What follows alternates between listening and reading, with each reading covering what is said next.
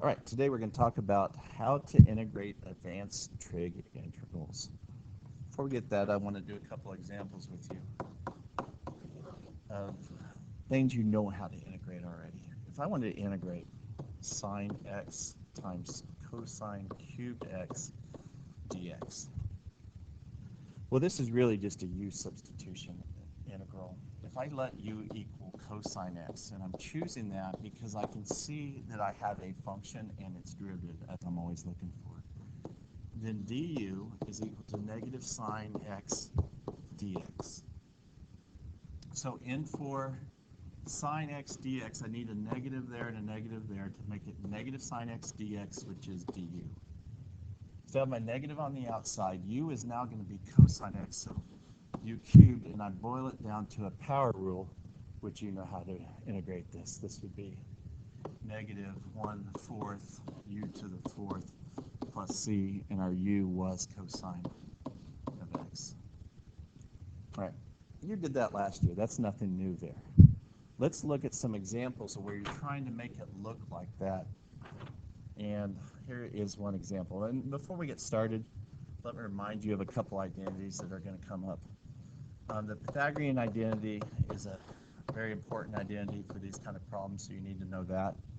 You also need to know, and this is one we haven't worked with that much, they're called power reducing, that sine squared of x equals 1 minus cosine 2x over 2, and cosine squared x is equal to 1 plus cosine 2x over 2. Those are both in the back of the book, but if I was you, I would go ahead and pause the video and make sure you have those written down somewhere in your notebook, because we're going to refer back to them in quite a few of these problems. All right, let's look at an example. So if I wanted to integrate sine cubed x times cosine to the 4th x dx. Now, it can't do what we did a minute ago, because now rather than just plain old sine x, we have a sine cubed x. So this is the trick.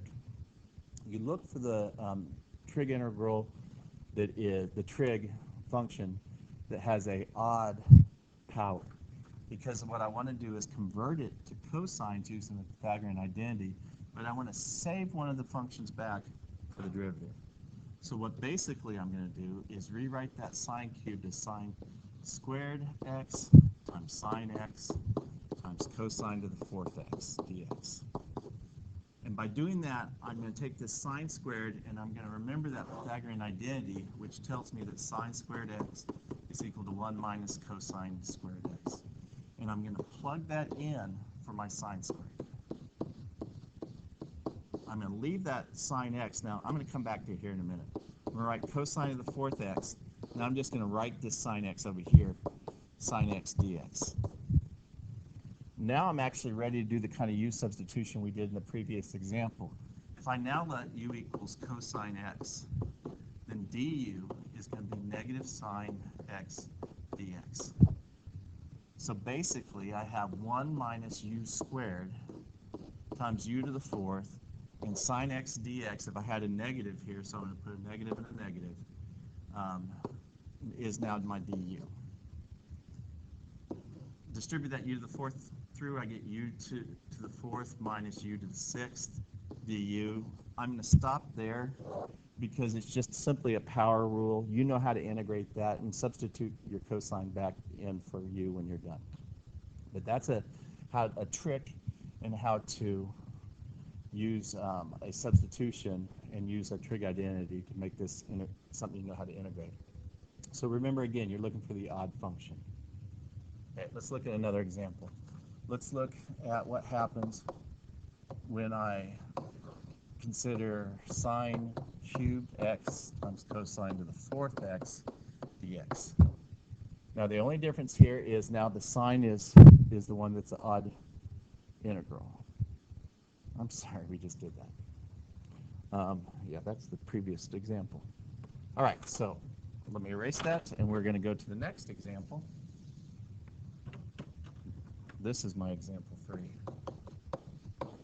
And it's cosine cubed x over the square root of sine x. In this case, the cosine has an odd function, not the has an odd exponent, not the sign. So let's see how we'd handle this. I'm going to use the Pythagorean identity once again. And what I'm going to do is I'm going to leave one of my cosines for my derivative. So cosine squared x times cosine x is simply cosine cubed dx all over square root of sine x. I'm going to rewrite the cosine squared x using the Pythagorean identity. And by that we know that cosine squared x is equal to 1 minus sine squared x. So in for cosine squared, I'm going to put 1 minus sine squared x divided by square root of sine x times cosine x dx. If I let u equals sine x, then du is cosine x dx. Because cosine x dx is equal to my du. 1 minus sine squared would be 1 minus u squared divided by sine to the square root of u is u to the 1/2.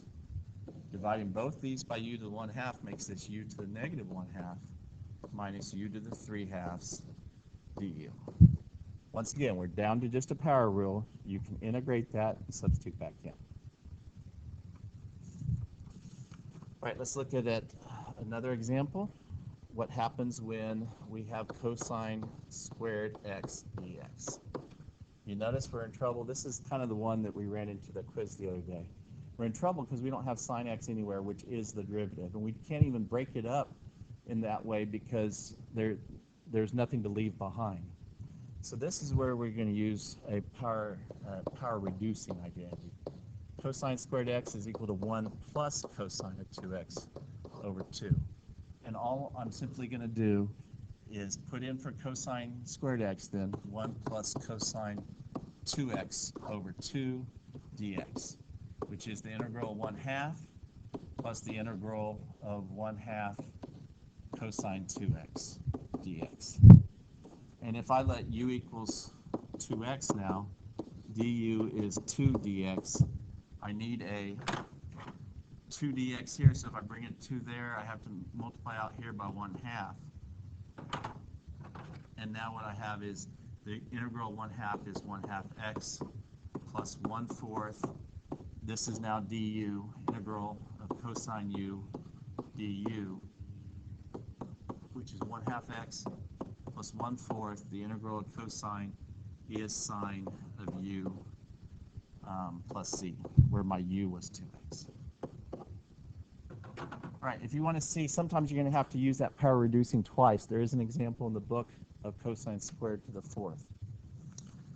Now, you have to make your decisions based on what the power is, if it's odd or even. Try to choose the odd powers to use the Pythagorean identity with, and it leaves you something to work with the derivative. You can do the same things with secant and tangent. There are several examples in the book, and rather than just repeating those examples, I'm going to let you work on those.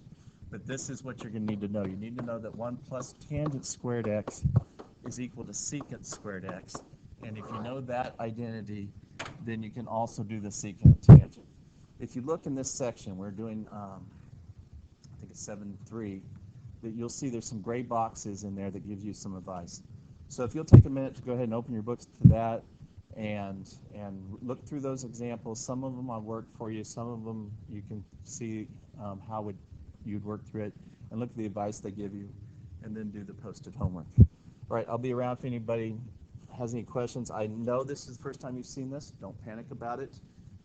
We'll work through it. We'll see some bell work on this tomorrow. Thank you.